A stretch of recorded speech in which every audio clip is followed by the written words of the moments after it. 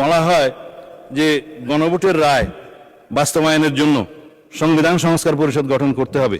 মানলাম, আমরা নির্বাচিত হয়েছি সাংবিধানিক ভোটে।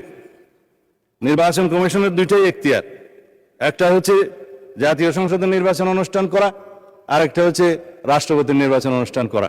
এটা হচ্ছে কনস্টিটিউশনাল ম্যান্ডেট, যেটা নির্বাচন কমিশন পালন করতে বাধ্য। কিন্তু আরেকটা আইন হয়েছে গণভোটের জন্য, এটা আমরাও প্রস্তাব করেছিলাম, যেহেতু আইনি ভিত্তি চেয়েছেন সবাই জুলাই জাতীয় সনদের, যে জনগণ কি বলে আমরা দেখি। সেখানে জুলাই জাতীয় সনদ যেভাবে স্বাক্ষরিত হয়েছে, রাজনৈতিক সমঝোতার দলিল হিসেবে ঐতিহাসিকভাবে যেটা স্বাক্ষরিত হয়েছে, তার উপর ভিত্তি করে জুলাই জাতীয় সনদের পক্ষে এদেশের জনগণ আছে কি নাই সেই প্রশ্নে গণভোট হতে পারে, এবং সেটা একদিনে হবে না, 2 দিনে হবে, সেই বাহাস অনেকদিন হয়েছে, অতঃপর একদিনে অনুষ্ঠিত হয়েছে।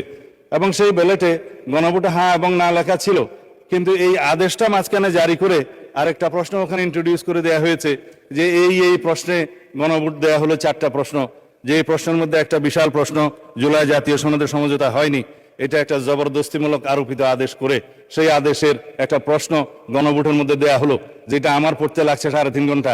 জনগণ সেটা পড়ে হ্যাঁ এবং না দিয়েছে কিনা আমি জানি না, তবে 4টা ভোট 4টা প্রশ্ন, সেই প্রশ্নের মধ্যে একটা অ্যান্সার দিতে বলা হয়েছে, আইদার হ্যাঁ অথবা না বলুন। কিন্তু 4টা ভোটে তো 4টা প্রশ্ন থাকা উচিত ছিল, যে আমরা কোন কোন প্রশ্নে হ্যাঁ বলবো, কোন কোন প্রশ্নে না বলবো, সেই অপশনও ছিল না।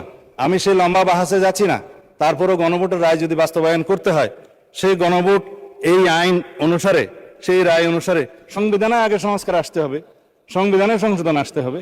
সংবিধানে যদি সেটা আমরা গ্রহণ করি, তারপরে সেই গণভোটের রায় বাস্তবায়নের জন্য তখন সংবিধান যদি এটা কন্টেইন করে, ধারণ করার পরে তখন যদি পরিষদের সদস্য হিসেবে শপথ নিতে হয়, সেটা তখনকার ব্যাপার হবে, সেটা আমরা let us have debate on it. তবে এখন এই সংবিধান সংশোধনের জন্য আমরা এই সেশনে বিল আনতে পারবো কিনা সেটা যথেষ্ট সন্দেহ আছে। এই কারণে যে 133টা অধ্যাদেশ এখানে উত্থাপিত হয়েছে প্রথম দিনে, আজকে হয়তো মাননীয় আইনমন্ত্রী সেগুলা বিশেষ কমিটি দেওয়ার জন্য প্রস্তাব করতে পারেন, তারপরে সেটা স্ক্রুটিনি হবে, রিপোর্ট পেশ হবে, সময় আছে 30 দিন। এটা কোনো কার্য দিবস নয়, পঞ্জিকা দিবস। 30 দিনের মধ্যে এই অধ্যাদেশগুলো সম্পর্কে আমাদেরকে ফয়সালা করতে হবে। এখন সেই অধ্যাদেশগুলো ফয়সালা করতে গিয়ে 15 দিন এখন লম্বা ছুটিতে, 29 তারিখের আগে আপনি আর সেশন করতে পারছেন না আজকের পরে, তখন এগুলো করতে করতে এই সেশন চলে যাবে।